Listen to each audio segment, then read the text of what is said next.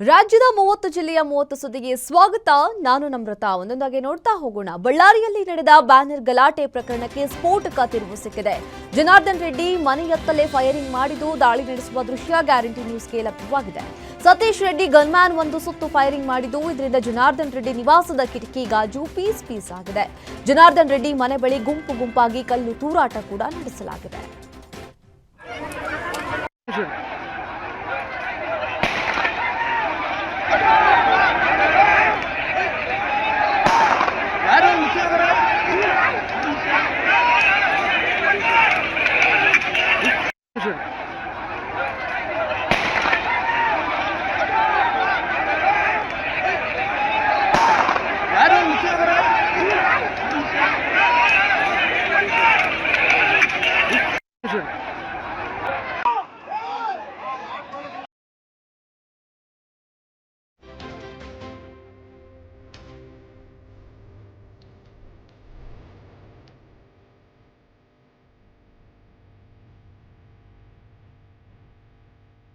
Ballari banner ಬಡಿದಾಟದಲ್ಲಿ ಯುವಕನ ಬಲಿ. ಈಗ ಗಂಗಾವತಿ ಶಾಸಕ ಜನಾರ್ದನ್ ರೆಡ್ಡಿ ಮತ್ತು ಬಳ್ಳಾರಿ ಶಾಸಕ ನಾರಾ ಭರತ್ ರೆಡ್ಡಿ ಸಮರಕ್ಕೆ ಕಾರಣವಾಗಿದೆ.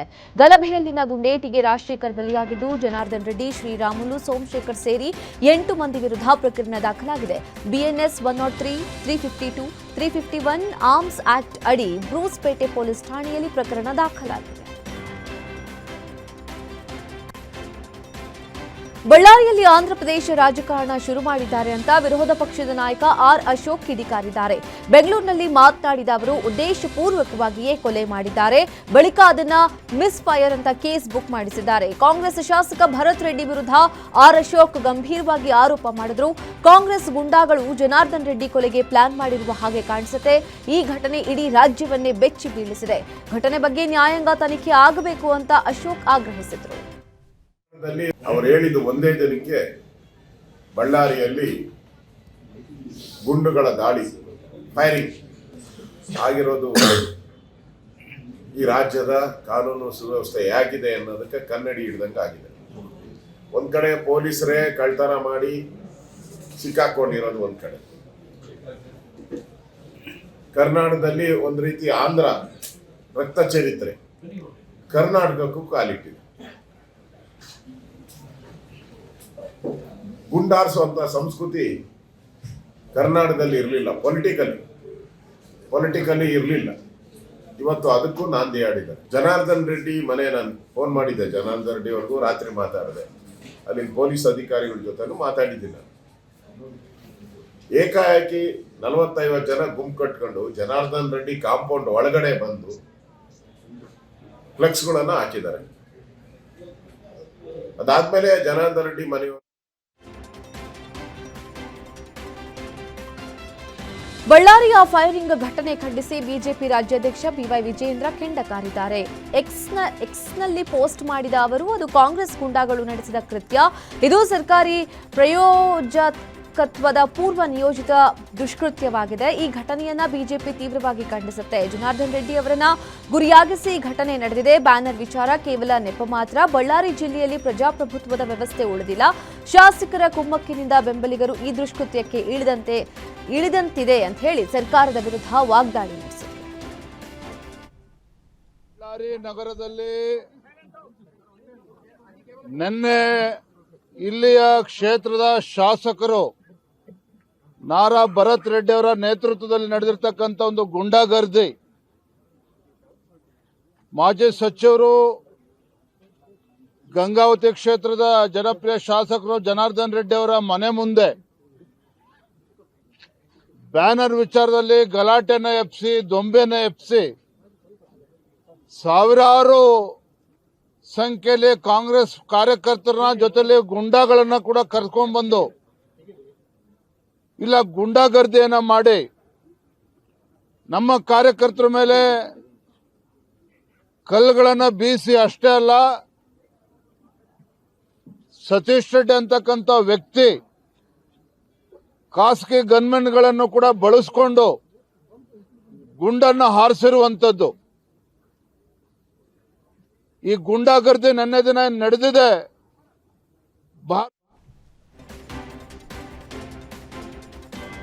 ಬಳ್ಳಾರಿಯಲ್ಲಿ ನಡೆದ ಗುಂಡೇಟು ವಿಚಾರವಾಗಿ ಸಚಿವ ಸತೀಶ್ ಜಾರಕಿಹೊಳಿ ಪ್ರತಿಕ್ರಿಯೆ ಕೊಟ್ಟರು. ನಿನ್ನೆ ಬ್ಯಾನರ್ಗಾಗಿ ಗಲಾಟೆ ಆಗಬಾರ್ದಿತ್ತು, ಆದರೆ ಆಗಿದೆ. ಯಾವುದೇ ಬ್ಯಾನರ್ ಕಟ್ಟಿದ್ರೂ ಒಂದೆರಡು ದಿನ ಇರುತ್ತೆ ಅಷ್ಟೇ, ಆದರೆ ಇದು ಬೇರೆ ವಿಚಾರಕ್ಕೆ ಟರ್ನ್ ತೆಗೆದುಕೊಂಡಿದೆ. ಈ ಕುರಿತು ಶಾಸಕ ಭರತ್ ರೆಡ್ಡಿ ಜೊತೆ ಮಾತನಾಡ್ತೀನಿ, ನಾಳೆ ಕಾರ್ಯಕ್ರಮ ಇದ್ರೆ ಹೋಗ್ತೀನಿ, ಇಲ್ಲ ಅಂದ್ರೆ ಹೋಗಲ್ಲ. ಯಾವ ವಿಚಾರಕ್ಕೆ ಘಟನೆ ನಡೆದಿದೆ ಅಂತ ತನಿಖೆಯಲ್ಲಿ ಗೊತ್ತಾಗಬೇಕು ಅಂತ ಹೇಳಿದರು. ಆಗಿದೆ ಸಣ್ಣ ವಿಷಯ, ಅದೇನು ಪೋಸ್ಟರ್ ಮನೆ ಮುಂದೆ ಕಟ್ಟಿದಾರಂತ ಅಷ್ಟೇ ಗಲಾಟೆ. ನೋಡೋಣ ಪೊಲೀಸರು ಏನೋ ಆಕ್ಷನ್ ತೊಗೊಳ್ತಾರೆ, ಯಾರು ತಪ್ಪಿಸ್ತಾರ ತಗೋತಾರೆ ಅಷ್ಟೇ. ಗೊತ್ತಿಲ್ಲ ಏನಿದೆ, ನಮ್ಗೆ ಗೊತ್ತಿಲ್ಲ.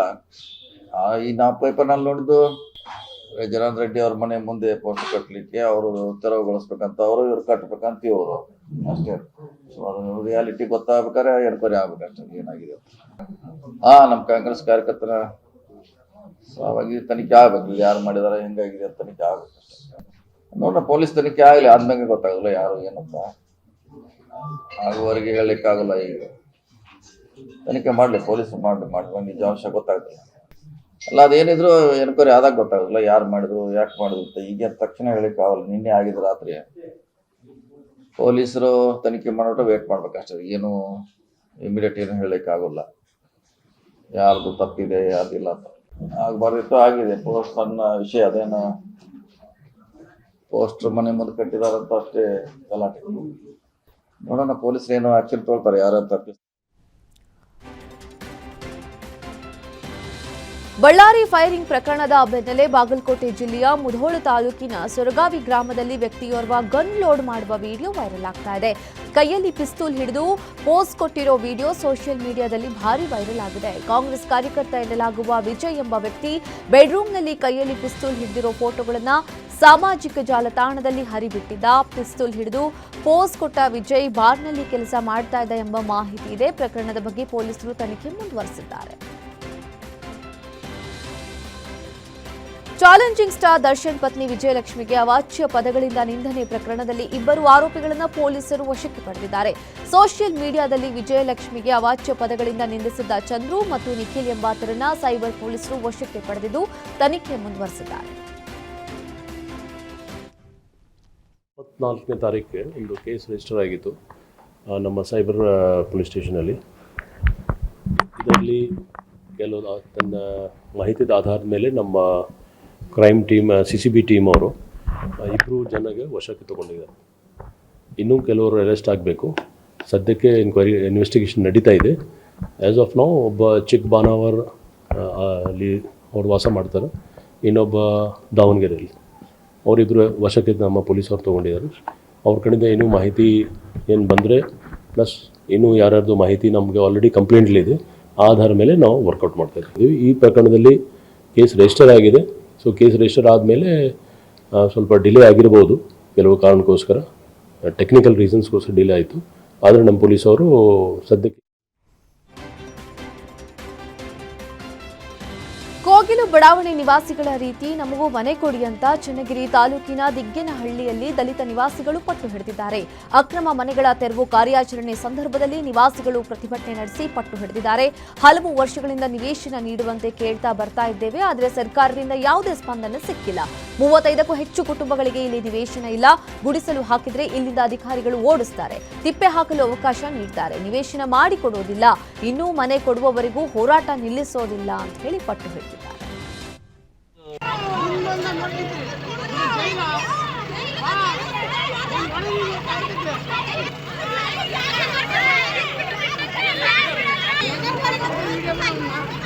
ಸರ್, ಇದು ಚನ್ನಗಿರಿ ತಾಲೂಕು ದಿಗ್ಗೇನಹಳ್ಳಿ ಅನ್ನೋ ಗ್ರಾಮ. ಈ ಗ್ರಾಮದಲ್ಲಿ ಗ್ರಾಮ ಠಾಣ ಜಾಗ ಇದೆ, ಊರ ಮುಂದೆನೇ ಇದೆ. ಊರ ಮುಂದೆ ಗ್ರಾಮ ಠಾಣ ಜಾಗ ಇರೋದ್ರಿಂದ ಇಲ್ಲಿ ದಲಿತರ ಹೆಣ್ಮಕ್ಳು ಒಂದು ಮನೆಯಾಗ 5 ಕುಟುಂಬ ವಾಸ ಮಾಡ್ತಿರೋದ್ರಿಂದ ಅವ್ರು ಬಂದು ಇಲ್ಲಿ ಖಾಲಿ ಜಾಗ ಐತಂತ ಗುಡ್ಲಾಕೊಂಡಿದ್ದಾರೆ. ಹಾಕ್ಯಂದಕ್ಕೆ ಗ್ರಾಮಸ್ಥರು ಬಂದು ಇದನ್ನು ತೆರವುಗೊಳಿಸೋಕ್ಕೆ JCP ಎಲ್ಲ ತರಿಸಿದ್ರು.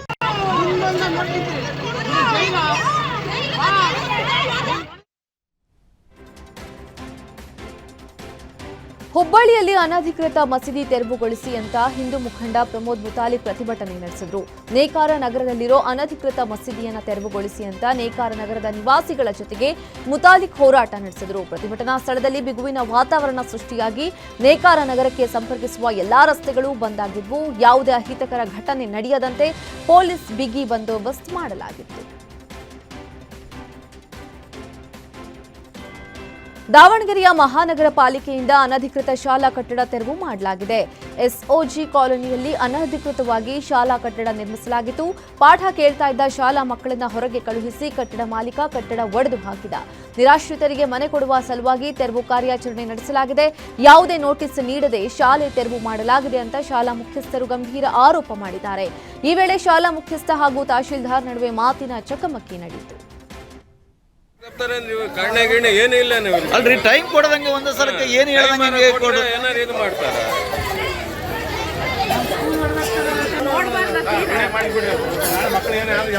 ಮಕ್ಳಿಗೆ ನಾನು ಸರ್ ಮಕ್ಳಿಗೆ ಇದು ಮಾಡ್ತಾರೆ ಸರ್ ಒಂದು ನಿಮಿಷ.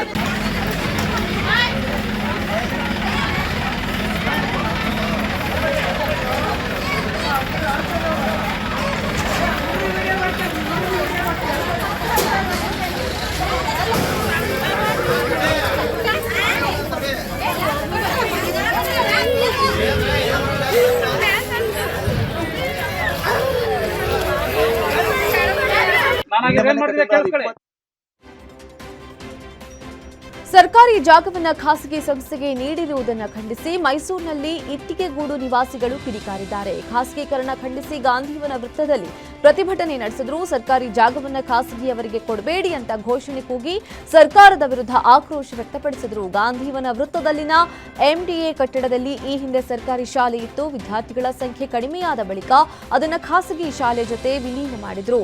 ಆದರೆ ಈಗ ಈ ಕಟ್ಟಡವನ್ನ ಖಾಸಗಿ ಸಂಸ್ಥೆಗೆ ನೀಡಲಾಗ್ತಾ ಇದೆ.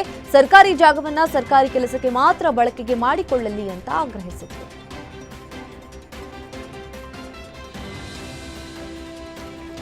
ಕೋಲಾರ ಜಿಲ್ಲೆಯಲ್ಲಿ ರೈತರು ಹಾಗೂ ಅರಣ್ಯ ಇಲಾಖೆ ನಡುವೆ ಜಟಾಪಟಿ ಮುಂದುವರೆದಿದೆ. ಗಲಾಟೆ ಹಿನ್ನೆಲೆ ಹರಟಿ ಗ್ರಾಮದ 8 ಮಂದಿ ರೈತರ ವಿರುದ್ಧ ಅರಣ್ಯ ಇಲಾಖೆ ಎಫ್ಐಆರ್ ದಾಖಲಿಸಿದೆ. ಕಂದಾಯ ಇಲಾಖೆ ರೈತರಿಗೆ ನೀಡಿದ ಭೂಮಿಯನ್ನ ಅರಣ್ಯ ಭೂಮಿ ಅಂತ ಇದ್ದಾರೆ. ಅರಣ್ಯ ಇಲಾಖೆ ಅಧಿಕಾರಿಗಳು ರೈತರ ಕೆಲಸ ಕಾರ್ಯಗಳಿಗೆ ಅಡ್ಡಿಪಡಿಸ್ತಾ ಇದ್ದಾರೆ ಅಂತ ಆರೋಪಿಸಿ ಜಗಳ ಶುರುವಾಗಿತ್ತು. ಮಧ್ಯಪ್ರವೇಶಿಸಿದ ಪೊಲೀಸರು ರೈತರು ಮತ್ತು ಅರಣ್ಯ ಇಲಾಖೆ ಅಧಿಕಾರಿಗಳನ್ನ ಸಮಾಧಾನ ಪಡಿಸಿದ್ರು. ಇದೀಗ ರೈತರು ಅರಣ್ಯ ಇಲಾಖೆ ವಿರುದ್ಧ ದೂರು ದಾಖಲಿಸಿದ್ರು. ಪೊಲೀಸರು ಎಫ್ಐಆರ್ ದಾಖಲಿಸ್ತಾ ಇಲ್ಲ. ರೈತರ ಮೇಲೆ ಅರಣ್ಯ ಇಲಾಖೆ ದಬ್ಬಾಳಿಕೆ ಮಾತ್ರ ನಿಲ್ಲಿಸ್ತಾ ಇಲ್ಲ ಅಂತ ರೈತ ಶ್ರೀನಿವಾಸ್ ಆರೋಪಿಸಿದ್ದಾರೆ. ಮರ್ಯಾದೆಗೇಡು ಹತ್ಯೆ ನಿಷೇಧ ಕಾಯ್ದೆ ಜಾರಿಗೆ ಆಗ್ರಹಿಸಿ ರಾಯಚೂರಿನಲ್ಲಿ ಅಖಿಲ ಭಾರತ ಜನವಾದಿ ಮಹಿಳಾ ಸಂಘದಿಂದ ಪತ್ರ ಚಳವಳಿ ನಡೆಸಲಾಯಿತು. ರಾಜ್ಯದಲ್ಲಿ ಮರ್ಯಾದೆಗೇಡು ಹತ್ಯೆಗಳನ್ನು ನಿಷೇಧಿಸಲು ವಿಶೇಷ ಕಾಯ್ದೆ ರಚಿಸುವಂತೆ ಲಿಂಗಸಗೂರು ತಾಲೂಕಿನ ಹಟ್ಟಿ ಪಟ್ಟಣದಲ್ಲಿ ಪತ್ರ ಚಳವಳಿ ಮೂಲಕ ಆಗ್ರಹಿಸಲಾಯಿತು. ಹಟ್ಟಿ ಪಟ್ಟಣದ ಪೋಸ್ಟ್ ಆಫೀಸ್ ಮುಂಭಾಗದಲ್ಲಿ ನಡೆದ ಪ್ರತಿಭಟನೆಯಲ್ಲಿ ಮಹಿಳೆಯರು ಮುಖ್ಯಮಂತ್ರಿ ಸಿದ್ದರಾಮಯ್ಯಗೆ ಪತ್ರ ಬರೆದು ಪೋಸ್ಟ್ ಮಾಡಿದರು. ಮುಂದಿನ ಅಧಿವೇಶನದಲ್ಲೇ ಮರ್ಯಾದೆಗೇಡು ಹತ್ಯೆ ನಿಷೇಧ ಕುರಿತು ಮಸೂದೆ ಜಾರಿಗೊಳಿಸುವಂತೆ ಒತ್ತಾಯಿಸಿದರು.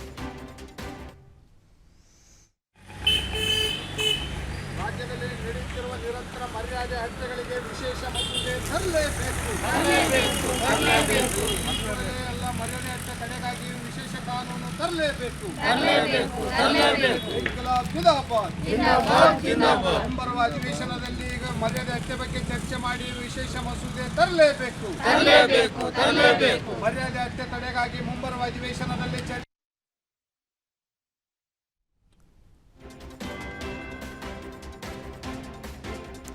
ಅಂತರ್ಜಾತಿ ವಿವಾಹವಾದ ಕಾರಣಕ್ಕಾಗಿ 19 ವರ್ಷದ ಗರ್ಭಿಣಿ ಮಾನ್ಯ ಮರ್ಯಾದಾ ಹತ್ಯೆಯನ್ನ ಖಂಡಿಸಿ ಧಾರವಾಡದಲ್ಲಿ ಪ್ರತಿಭಟನೆ ನಡೆಸಲಾಯಿತು. ವಿವಿಧ ದಲಿತ ಸಂಘಟನೆ ನೇತೃತ್ವದಲ್ಲಿ ನವಲಗುಂದ ಪಟ್ಟಣದ ಲಿಂಗರಾಜ ಸರ್ಕಲ್ನಲ್ಲಿ ಪ್ರತಿಭಟನೆ ನಡೆಸಿದರು. ಲಿಂಗರಾಜ ವೃತ್ತದಿಂದ ತಹಶೀಲ್ದಾರ್ ಕಚೇರಿಯವರೆಗೆ ರ್ಯಾಲಿ ನಡೆಸಿದ ಪ್ರತಿಭಟನಾಕಾರರು ಮಾನ್ಯ ಹತ್ಯೆ ಆರೋಪಿಗಳಿಗೆ ಕಠಿಣ ಶಿಕ್ಷೆಗೆ ಆಗ್ರಹಿಸಿ ತಹಶೀಲ್ದಾರ್ ಮೂಲಕ ಸಿಎಂ ಸಿದ್ದರಾಮಯ್ಯರಿಗೆ ಮನವಿ ಸಲ್ಲಿಸಿದರು. ಯಾವುದೇ ಸಮುದಾಯದಲ್ಲಿ ಯಾವುದೇ ರೀತಿಯಲ್ಲಿ ಈ ಮಹಿಳೆಯರ ಮೇಲೆ ಆಗ್ತಿರ್ತಕ್ಕಂಥ ದೌರ್ಜನ್ಯ ನಿಲ್ಲಿಸಬೇಕು. ಅದ್ರ ಜೊತೆಗೆ ದಲಿತ ಸಮುದಾಯವನ್ನ ಧ್ಯೇಯವಾಗಿ ಕಾಣ್ತಿರ್ತಕ್ಕಂಥ ಈ ಸಮುದಾಯ ಮತ್ತು ಈ ವ್ಯವಸ್ಥೆ ತಿಳಿಗೊಳ್ಳಲು ಸರ್ಕಾರ ಸೂಕ್ತ ಕಾನೂನು ಪೇಪರ್ ಮೇಲೆ ಅಲ್ಲದೆ ಪ್ರವೃತ್ತಿಯಲ್ಲಿ ಬರಬೇಕು ಅನ್ನೋ ಒಂದು ಬರವಣಿಗೆ ನಮ್ಮಲ್ಲಿ ಹೋರಾಟಗಾರರಲ್ಲಿ ಇದೆ. ಹತ್ಯೆಯಂತಹ ಇನ್ಯಾವುದೇ ಸಮುದಾಯದಲ್ಲಿ ಬಾಗಲಕೋಟೆ ಜಿಲ್ಲೆಯ ರಬಕವಿ ಬನಹಟ್ಟಿ ತಾಲೂಕಿನ ಮದಭಾವಿ ಗ್ರಾಮದಲ್ಲಿ ನೂತನ ಬಾರ್ ನಿರ್ಮಾಣಕ್ಕೆ ವಿರೋಧಿಸಿ ಮಹಿಳೆಯರು ಪ್ರತಿಭಟನೆ ನಡೆಸಿದರು. ಮದ್ಯದ ಬಾಟಲ್ಗಳಿಗೆ ಬೆಂಕಿ ಹಚ್ಚಿ ಸರ್ಕಾರದ ವಿರುದ್ಧ ಆಕ್ರೋಶ ವ್ಯಕ್ತಪಡಿಸಿದರು. ಗ್ರಾಮ ಪಂಚಾಯಿತಿ ಅಧಿಕಾರಿ ಮಹಾಲಿಂಗಪುರ ಪೊಲೀಸ್ ಠಾಣೆಗೆ ಮಹಿಳೆಯರು ಮನವಿ ಸಲ್ಲಿಸಿದರು. ಬಳಿಕ ಗ್ರಾಮದ ಬಳಿ ನಿರ್ಮಾಣವಾಗ್ತಾ ಇರುವ ಬಾರ್ ಸ್ಥಳಾಂತರಕ್ಕೆ ಆಗ್ರಹಿಸಿದರು. ಕೂಡಲೇ ಬಾರ್ ಸ್ಥಳಾಂತರಿಸದಿದ್ದರೆ ಉಗ್ರ ಹೋರಾಟ ಮಾಡುವುದಾಗಿ ಮಹಿಳೆಯರು ಎಚ್ಚರಿಕೆ ಕೊಟ್ಟಿದ್ದಾರೆ.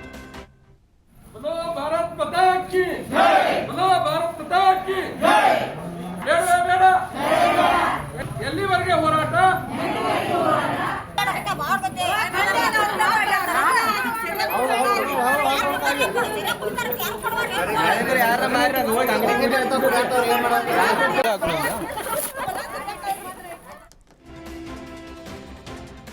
ಕಲಬುರಗಿ ಸೆಂಟ್ರಲ್ ಜೈಲಿನಲ್ಲಿ ಖೈದಿಗಳ ಬಿಂದಾಸ್ ಲೈಫ್ ಪ್ರಕರಣ ಸಂಬಂಧ ಫರಹತಾಬಾದ್ ಠಾಣೆಯಲ್ಲಿ 4 ಖೈದಿಗಳ ವಿರುದ್ಧ ಎಫ್ಐಆರ್ ದಾಖಲಾಗಿದೆ. ಖೈದಿಗಳಾದ ಆಕಾಶ್, ರಾಕೇಶ್, ಪ್ರಜ್ವಲ್ ಸೇರಿ 4 ವಿರುದ್ಧ ದೂರು ನೀಡಲಾಗಿದೆ. ಜೈಲಿನಲ್ಲಿ ಜೂಜಾಟ ಆಡ್ತಾ ಸಿಗರೇಟ್ ಎಣ್ಣೆ ಹೊಡಿತಾ ಇರುವ ವಿಡಿಯೋ ವೈರಲ್ ಹಿನ್ನೆಲೆಯಲ್ಲಿ ಫರಹತಾಬಾದ್ ಪೊಲೀಸ್ ಠಾಣೆಗೆ ದೂರು ನೀಡಲಾಗಿದೆ.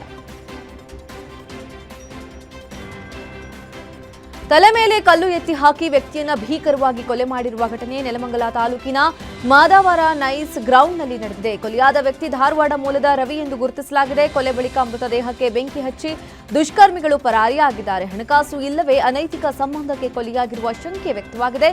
ಘಟನಾ ಸ್ಥಳಕ್ಕೆ ಬೆಂಗಳೂರು ಗ್ರಾಮಾಂತರ ಎಸ್ಪಿ ಎಂವಿ ಚಂದ್ರಕಾಂತ್ ಭೇಟಿ ನೀಡಿ ಪರಿಶೀಲನೆ ನಡೆಸಿದರು. ಬೆಂಗಳೂರಿನಲ್ಲಿ ಕ್ಷುಲ್ಲಕ ಕಾರಣಕ್ಕೆ ವ್ಯಕ್ತಿಯೋರ್ವನನ್ನ ಬರ್ಬರವಾಗಿ ಹತ್ಯೆ ಮಾಡಲಾಗಿದೆ. ಭುವನೇಶ್ವರಿ ನಗರದ ನಿವಾಸಿ 36 ವರ್ಷದ ರೇಚಣ್ಣ ಬರ್ಬರವಾಗಿ ಹತ್ಯೆಯಾಗಿದ್ದಾನೆ. ಜನವರಿ 1ರಂದು ಭುವನೇಶ್ವರಿ ನಗರದಲ್ಲಿ ರೇಚಣ್ಣನ ಎದೆಗೆ ಬೆನ್ನಿಗೆ ಚುಚ್ಚಿ ಕೊಲೆ ಮಾಡಲಾಗಿದೆ. ಬಿಎನ್ಎಸ್ ಕಾಯ್ದೆಯಡಿ ಕೆಪಿ ಅಗ್ರಹಾರ ಪೊಲೀಸ್ ಠಾಣೆಯಲ್ಲಿ ಪ್ರಕರಣ ದಾಖಲಾಗಿದೆ.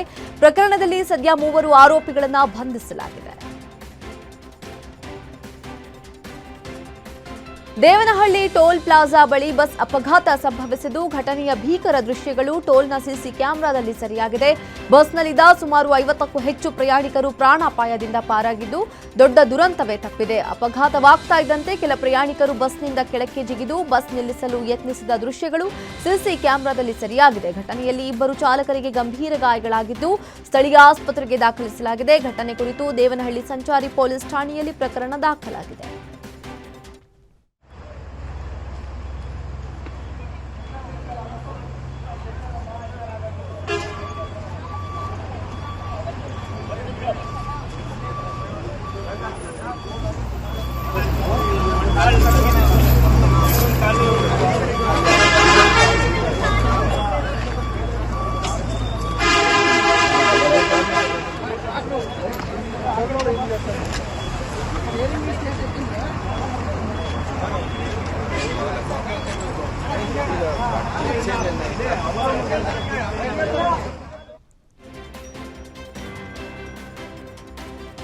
ಬೆಂಗಳೂರಿನ ಶೇಷಾದ್ರಿಪುರಂ ಬಳಿ ಚಾಲಕನ ನಿಯಂತ್ರಣ ತಪ್ಪಿ ಕಾರೊಂದು ಗುಂಡಿಗೆ ಬಿದ್ದಿದೆ. ಶೇಷಾದ್ರಿಪುರಂನ ಶ್ರೀ ಮಾರುತಿ ಆಸ್ಪತ್ರೆ ಬಳಿ ತಡರಾತ್ರಿ ಘಟನೆ ನಡೆದಿದೆ.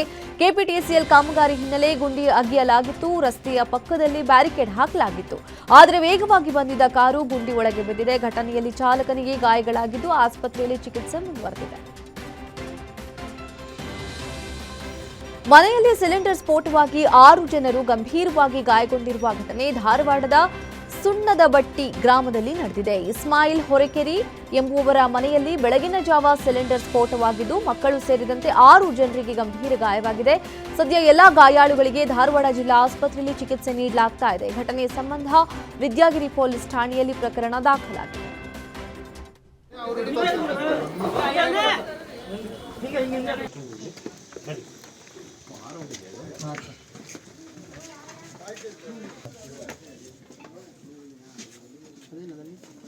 ಇದು ಬಟ್ಟೆ ಸರಿಯಾಗಿ ಏನು ನಮಗೂ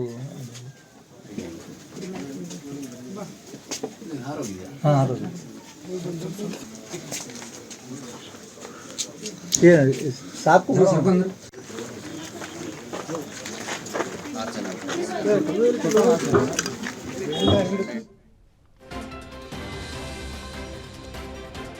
ಬೆಂಗಳೂರಿನಲ್ಲಿ ಹೊಸ ವರ್ಷ ಸಂಭ್ರಮದಲ್ಲಿದ್ದ ಮನೆಯವರಿಗೆ ಕಳ್ಳರು ಬಿಗ್ ಶಾಕ್ ಕೊಟ್ಟಿದ್ದಾರೆ. ಡಿಸೆಂಬರ್ 30ರಂದು ಸದಾಶಿವನಗರದ ಉದ್ಯಮಿ ಮನೆಯಲ್ಲಿ ಕೋಟ್ಯಾಂತರ ರೂಪಾಯಿ ಚಿನ್ನ ಕಳ್ಳತನವಾಗಿರುವ ಘಟನೆ ಬೆಳಕಿಗೆ ಬಂದಿದೆ. ಉದ್ಯಮಿ ಅಭಿಷೇಕ್ ಎಂಬುವರ ಮನೆಯಲ್ಲಿ ಬರೋಬ್ಬರಿ 1.37 ಕೋಟಿ ಮೌಲ್ಯದ ಚಿನ್ನ ಹಾಗೂ ವಾಚ್ಗಳ ಕಳ್ಳತನ ಮಾಡಲಾಗಿದೆ. ಮನೆ ಕೆಲಸಕ್ಕೆ ಸೇರಿದ 3 ದಿನಕ್ಕೆ ಮನೆಗಳ್ಳರು ಕೃತ್ಯ ಎಸಗಿದ್ದಾರೆ.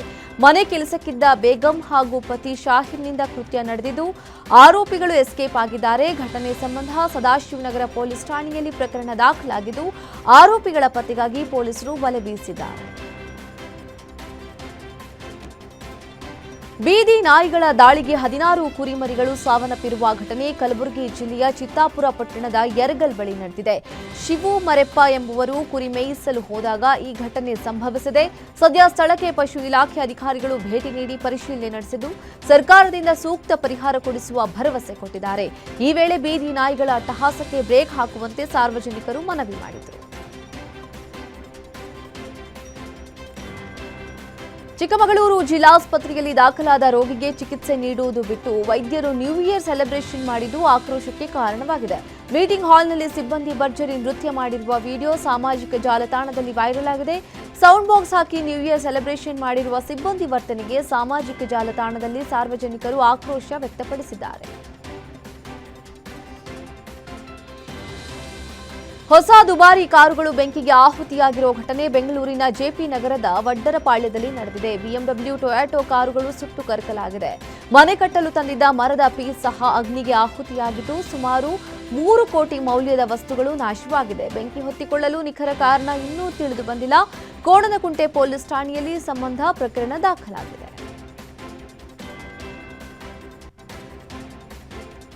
ಕಾಡಾನೆ ಡೆಡ್ಲಿ ಅಟ್ಯಾಕ್ನಿಂದ ಆಯ ತಪ್ಪಿ ಬಿದ್ದ ವ್ಯಕ್ತಿ ಅದೃಷ್ಟವಶಾತ್ ಪ್ರಾಣಾಪಾಯದಿಂದ ಪಾರಾಗಿದ್ದಾನೆ. ಕೂದಲೆಳೆ ಅಂತರದಲ್ಲಿ ಸಾವಿನ ದವಡೆಯಿಂದ ಬಚಾವಾಗಿದ್ದಾನೆ. ಬೆಂಗಳೂರು ಹೊರವಲಯ ಆನೇಕಲ್ ತಾಲೂಕಿನ ಮೆಣಸಿಗನಹಳ್ಳಿಯಲ್ಲಿ ಈ ಘಟನೆ ನಡೆದಿದೆ. ಗಂಭೀರ ಗಾಯಗೊಂಡಿದ್ದ ಒಣಕನಹಳ್ಳಿ ಗ್ರಾಮದ ನಿವಾಸಿ ವೆಂಕಟೇಶ್ನನ್ನ ಹೆಚ್ಚಿನ ಚಿಕಿತ್ಸೆಗೆ ನಿಮಾನ್ಸ್ ಆಸ್ಪತ್ರೆಗೆ ರವಾನಿಸಲಾಗಿದೆ.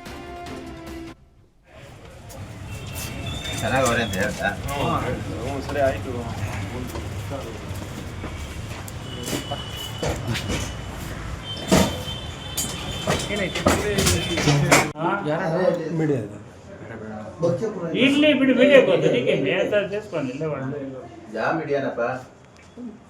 ನ್ಯೂಸ್ ಕನ್ನಡ ಏನು ಇಲ್ಲ, ನಾವೇ ತೊಳಿರೋದು ಬಿಡುಗರು.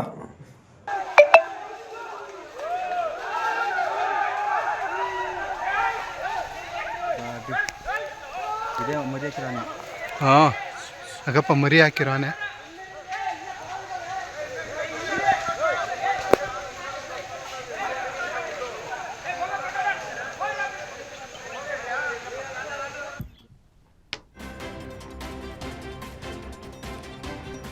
ಬೆಳಗಾವಿಯ ವಂದೇ ಭಾರತ್ ಎಕ್ಸ್ಪ್ರೆಸ್ ರೈಲಿಗೆ ಸಿಲುಕಿ ನವಿಲು ದಾರುಣ ಸಾವನ್ನಪ್ಪಿದೆ. ಬೆಂಗಳೂರು ಸಮೀಪದ ದೊಡ್ಡಬೆಲೆ ರೈಲ್ವೆ ನಿಲ್ದಾಣದಲ್ಲಿ ಈ ಘಟನೆ ನಡೆದಿದೆ. ರೈಲಿನ ವಿದ್ಯುತ್ ಶಾಕ್ಗೆ ನವಿಲು ಸಂಪೂರ್ಣ ಸುಟ್ಟು ಭಸ್ಮವಾಗಿದೆ. ಪವರ್ ಸಪ್ಲೈ ಇಲ್ಲದೆ 1 ಗಂಟೆಗೂ ಹೆಚ್ಚು ಕಾಲ ಬೆಳಗಾವಿ ವಂದೇ ಭಾರತ್ ಎಕ್ಸ್ಪ್ರೆಸ್ ರೈಲು ವಿಳಂಬವಾಗಿದೆ. ರೈಲ್ವೆ ಸಿಬ್ಬಂದಿಯಿಂದ ಸತ್ತ ನವಿಲು ತೆರವು ಕಾರ್ಯ ನೆರವೇರಿದ್ದು ನಂತರ ರೈಲು ಸಂಚಾರವನ್ನು ಆರಂಭಿಸಲಾಯಿತು. ಮೈಸೂರಿನ ಬಂಡೀಪುರ ಮುಖ್ಯ ರಸ್ತೆಯಲ್ಲಿ ವಾಹನ ನಿಲ್ಲಿಸಿ ವನ್ಯಜೀವಿಗಳ ಜೊತೆ ಚೆಲ್ಲಾಟ ಆಡಿದ್ರೆ ಹುಷಾರ್. ಯಾಕಂದ್ರೆ ಇನ್ಮುಂದೆ ಬಂಡೀಪುರ ಊಟಿ ರಸ್ತೆಯಲ್ಲಿ ವಾಹನ ನಿಲ್ಲಿಸೋ ಸವಾರರ ಮೇಲೆ ಹದ್ದಿನ ಕಣ್ಣಿಡೋಕೆ ಅರಣ್ಯ ಇಲಾಖೆ ಮುಂದಾಗಿದೆ.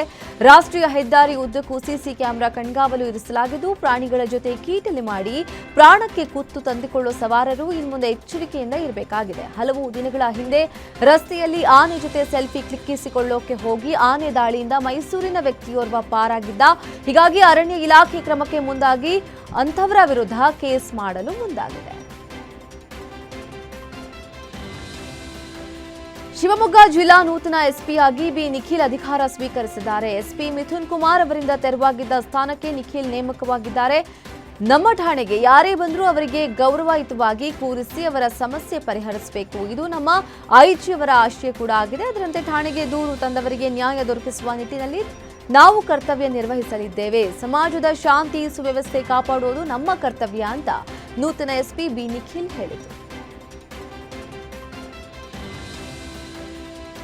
ಶಿಕ್ಷಣ ಕ್ಷೇತ್ರದಲ್ಲಿ ಸಾಧನೆ ಮಾಡಿರುವ ದಿವಂಗತ ಬಿಎಂ ಮೂರ್ತಿಯವರ 25ನೇ ಪುಣ್ಯ ಸ್ಮರಣೆ ಅದ್ಧೂರಿಯಾಗಿ ಆಚರಿಸಲಾಗಿದೆ. ಚಿಕ್ಕಬಳ್ಳಾಪುರ ಜಿಲ್ಲೆಯ ಶಿಡ್ಲಘಟ್ಟ ತಾಲೂಕಿನಲ್ಲಿರುವ ಜ್ಞಾನಜ್ಯೋತಿ ಎಜುಕೇಷನಲ್ ಟ್ರಸ್ಟ್ ಆವರಣದಲ್ಲಿ ಕಾರ್ಯಕ್ರಮ ಆಯೋಜಿಸಲಾಗಿತ್ತು. ಇನ್ನು ಕಾರ್ಯಕ್ರಮದಲ್ಲಿ ಆದಿಚುಂಚನಗಿರಿ ಮಹಾಸಂಸ್ಥಾನದ ಪೀಠಾಧ್ಯಕ್ಷರಾದ ಶ್ರೀ ನಿರ್ಮಲಾನಂದನಾಥ ಮಹಾಸ್ವಾಮೀಜಿ, ಮಾಜಿ ಸಚಿವ ಡಾಕ್ಟರ್ ಅಶ್ವಥ್ ನಾರಾಯಣ್, ಶಾಸಕ ಶರತ್ ಬಚ್ಚೇಗೌಡ ಸೇರಿದಂತೆ ಹಲವರು ಭಾಗಿಯಾಗಿದ್ದರು.